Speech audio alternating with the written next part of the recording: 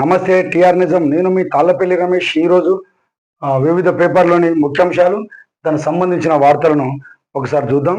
వాస్తవానికి ఏంటంటే నిన్న ముఖ్యమంత్రి రేవంత్ రెడ్డి గారు వాళ్ళ పార్టీకి సంబంధించిన నాయకులందరితోటి నిన్న మీటింగ్ పెట్టిండ్రని చెప్పేసి ఒక వార్త అన్ని పేపర్లలో వచ్చింది. దానికి సంబంధించిన ఒక వార్త, గీత దాటొద్దు, సమస్యలుంటే పార్టీకి చెప్పండి, అడవకు చిల్లు పడితే అందరం మునిగిపోతాం, కాబట్టి ఇలాంటిదైనా కూడా మన లోపల మనం మాట్లాడుకోవాలి తప్ప బయటికి తీసుకొని పోవద్దు, దీన్ని సీక్రెట్లు ఇవ్వాల్సిన పని లేదు, ఏమంటే నాకు వచ్చి ప్రత్యక్షంగా వచ్చి చెప్పండి, దానికి ఉన్నటువంటి లోటుపాట్లన్నీ మనం తెలుసుకుందామని చెప్పేసి పెట్టిండు. వాస్తవానికి దీని వార్త చూద్దాం. బహిరంగ మాట్లాడడం మంచిది కాదు, ముఖ్యమంత్రి రేవంత్ రెడ్డి హెచ్చరిక. స్థానిక ఎన్నికలు ప్రతిష్టాత్మకం, పథకాలను ప్రజల్లోకి తీసుకెళ్ళండి. కాంగ్రెస్ ఎమ్మెల్సీలకు సీఎం దిశానిర్దేశం చేసిండు. పార్టీ లైన్ దాటొద్దు, ఐక్యంగా ఉంటేనే బలంగా ఉంటాం, ఏమైనా సమస్యలను నా దృష్టికి తీసుకురండి. కులగణన సర్వే ఎస్సీ వర్గీన చారిత్రాత్మకమైన విషయం ఇది, ఇంతవరకు ఎవరు చేయలేదు, మనమే చేసినాము, దీన్ని మన జనాలలోకి తీసుకొని వెళ్ళాలి. కానీ ఏదో ఏ సమస్యను కూడా నా దగ్గర తీసుకొని మీరు ఏదో సీక్రెట్గా మీటింగులు పెట్టవద్దు. నిధుల కొరత చాలా సాధిస్తున్నాం. ఆల్రెడీ మనకు ఉన్నటువంటి రాష్ట్రంలో చాలా నిధుల కొరత చాలా ఉన్నది, అయినా కూడా మనం చాలా పథకాలను అమలు చేస్తున్నాం.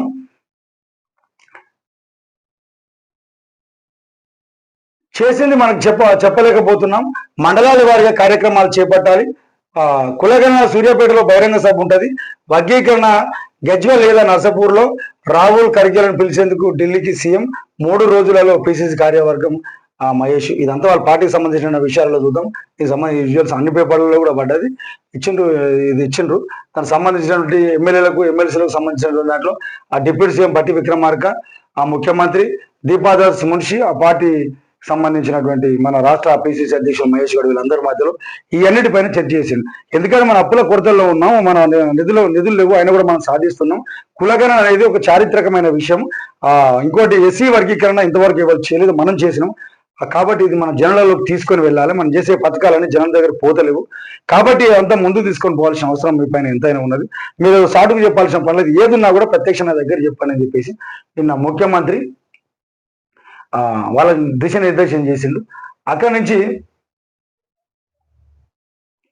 ఇంకోటి, ఆర్థిక పరిస్థితి అంతా బాగాలేదు, ఆదాయ వ్యయాల మధ్య అంతరం ఎక్కువగా ఉన్నది, కాబట్టి మనం అన్ని చూసుకోవాలి. ఎందుకంటే మనమే బయట పెడితే ఇబ్బందికరంగా ఉంటుంది, కాబట్టి ఏదున్నా నా దగ్గరికి రండి అని చెప్పేసి వాళ్లకు దిశానిర్దేశం చేసిండు. ఆ తర్వాత మహేష్ గౌడ్, అదే మీటింగ్ లో మహేష్ గౌడ్ కూడా పార్టీలో ఇంకా అన్ని కులాల వారికి సముద్ర స్థానం కల్పిస్తామని చెప్పేసి అంటాడు. మరి నిన్న వర్గీకరించినట్టుగా ఆ వర్గీకరణగా బీసీ వర్గీకరణ 46% వాళ్ళు రిజర్వేషన్ కల్పిస్తాం. మా పార్టీలో అయితే ఇక్కడ మన రాజ్యాంగం అమలు కాకపోతే మా పార్టీలో మేము అన్ని స్థానిక సంస్థల రిజర్వేషన్ ఫలాలు అందే విధంగా 42% వాళ్ళకి అవకాశం కల్పిస్తామని చెప్పేసాను. అట్లాగే అందులో 42% అన్న బీసీలకు అందిస్తారా? ఇంకోటి, ఆ పార్టీలో ఎస్సీలకు నిన్న ఏబీసీ వర్గీకరణ ఏబీసీ 3 వర్గాలుగా చేసిన 3 వర్గాలకు కూడా మీరు మీ వంతుగా అందులో పార్టీలో అవకాశాలు కల్పిస్తారా? వేచి చూడాల్సిన అవసరం ఉంటుంది. అక్కడి నుంచి ఆ తర్వాత ఢిల్లీకి పోయి దానికి సంబంధించినటువంటి ఒక వార్త అక్కడ దేశంలోనే ఎవరు చేయలేదు, మహారాష్ట్ర నుంచి చేస్తున్నాం, ఇది గొప్ప విషయం అని చెప్పి మా రాష్ట్రంలో ఆ సూర్యాపేట, ఆ గజ్వెల్లో దీనికి సంబంధించిన బహిరంగ సభలు ఏర్పాటు చేస్తాను. దానికి సంబంధించి జాతీయ నాయకులు మన రాహుల్ గాంధీ, ఖర్గే వాళ్ళని పిలుద్దామని చెప్పేసి ఢిల్లీ పోయినని చెప్పేసి ఒక వార్త ఇచ్చిండు. ఇది చూడాలి, ఇది ఏం జరుగుతుందని చూడాలి. ఇంకోటి, ఆశలు వదులుకున్నారు, 10,000 కోట్ల ఏజెంట్లు పాలైపోయింది. పాపం జీవితం అంతా దాచుకున్న డబ్బు ఉష్కాత్, అప్పులతో మరింత గందరగోళంలోకి అమెరికాలో వచ్చిన వారి దీనగాథ. వాస్తవానికి ఏంటంటే అడ్డదారిలో అమెరికాకు 18,000 మంది ఒక్కొక్కరి నుంచి సగటున 50 లక్షల వరకు వసూలు చేసిన ఏజెంట్లు ఐరోపా మీదుగా మెక్నోకు అడవులలో రోజుల తరబడి నడక, దారిలో శవాలు, అస్థి పంజరాలు, విమానం ఎక్కించి కాళ్ళు చేతులకు సంఖ్యలు, దిగే వరకు తెలియదు అసలు మన భార్యకు వస్తానమా ఎడిపోతానని చెప్పేసి ఇచ్చిన. వాస్తవానికి ఏంటంటే ఏజెంట్లను నమ్మి చాలా మంది అక్కడికి పోయి ఇబ్బందుల పాలైంది. ఇక్కడ వాళ్ళకి సరి అయినటువంటి వీసాలు లేక అన్ని విధాలుగా ఇబ్బందులు పడ్డారు, ఎంతో సంపాదిస్తామని చెప్పేసి అనుకుంటే వాళ్ళ ఆశలు ఆశలు అయిపోయినాయి. ఒక్కొక్కరి నుంచి ఏజెంట్ 50 లక్షలకు పైగా తీసుకున్నారని చెప్పేసి వాళ్ళ దీన గాథలు ఉన్నాయి. అదొకసారి వార్త చూద్దాం. ఎంత దుర్మార్గం అంటే, ఏదో డబ్బులకు అలవాటు పడ్డ ఏజెంట్లు వాళ్ళ ప్రాణాలతోటి వాళ్ళ జీవితాలతోటి చెలగా ఎక్కడేదో బతుకుదరు కోసం వేరే అక్కడికి పోదామంటే కూడా అక్కడ కూడా బతికేటువంటి సందర్భం లేకుండా పోయింది. అప్పులపాలలో ఉన్నారు. దానికి సంబంధించినటువంటి ఒక వార్త.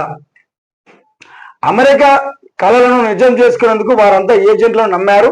మేము అమెరికాలో ఉండాలి, అమెరికాలో మేము ఉపాధి అవకాశాలు మెచ్చుకోవాలని చెప్పేసి అక్కడ వాస్తవానికి ఏజెంట్ల యొక్క మాయమాటలు నమ్మి వాళ్ళు అక్కడి దాకా పోతే వాళ్ళు లక్షలలో డబ్బులు అప్పులు చేసి ఆ ఏజెంట్లకు ఒక్కొక్కరికి ఒక 50 లక్షల వరకు ఇచ్చారు. అంటే దగ్గర 10,000 కోట్లు ఆ ఏజెంట్లకే ఇచ్చిండ్రు. ఆ ఏజెంట్లు కూడా ఇచ్చి ఆ ఏజెంట్లు లక్షలలో ఇచ్చిన తర్వాత కూడా వాళ్ళకి అబ్బాయి ఇళ్ళని వాళ్ళు అంతంత దుర్భరమైన ప్రయాణం అయినా భరించారు. దీనివల్ల జీవితాలు మలుపు తిరుగుతాయని ఆశించారు. కానీ ఏజెంట్ల మోసాలతో చివరికి చేతులు బేడీలతో స్వదేశానికి తిరిగి వచ్చారు. వారి అమెరికా కలలన్నీ కలలయ్యాయి. అమెరికాకు వెళ్ళిన 104 మంది భారతీయులు దీన గాథ అక్రమంగా వచ్చారంటూ వారందరిని బుధవారం అమెరికా వచ్చారు. వారందరూ బుధవారం అమెరికా పంజాబ్లోని అమృత్సర్ కు పంపించి గురువారం నాటికి వారంతా ఇళ్లకు చేరుతారు. ఇటలీలో ఏడాది పాటు సేఫ్గా పనిచేసిన పంజాబ్లోని రావుపూర్ గ్రామానికి చెందిన సుఖ్పాల్ సింగ్ అమెరికాకు వెళ్లేందుకు మరో 2 స్నేహితులతో కలిసి ఏజెంట్కు 30 లక్షల చొప్పున ఇచ్చారు. తాము పొదుపు చేసుకున్న వాటితో కొంత అప్పు చేసుకున్నామని తిరిగి నేరుగా విమానంలోకి పంపుతానని ఏజెంట్లు వారిని నమ్మించారు.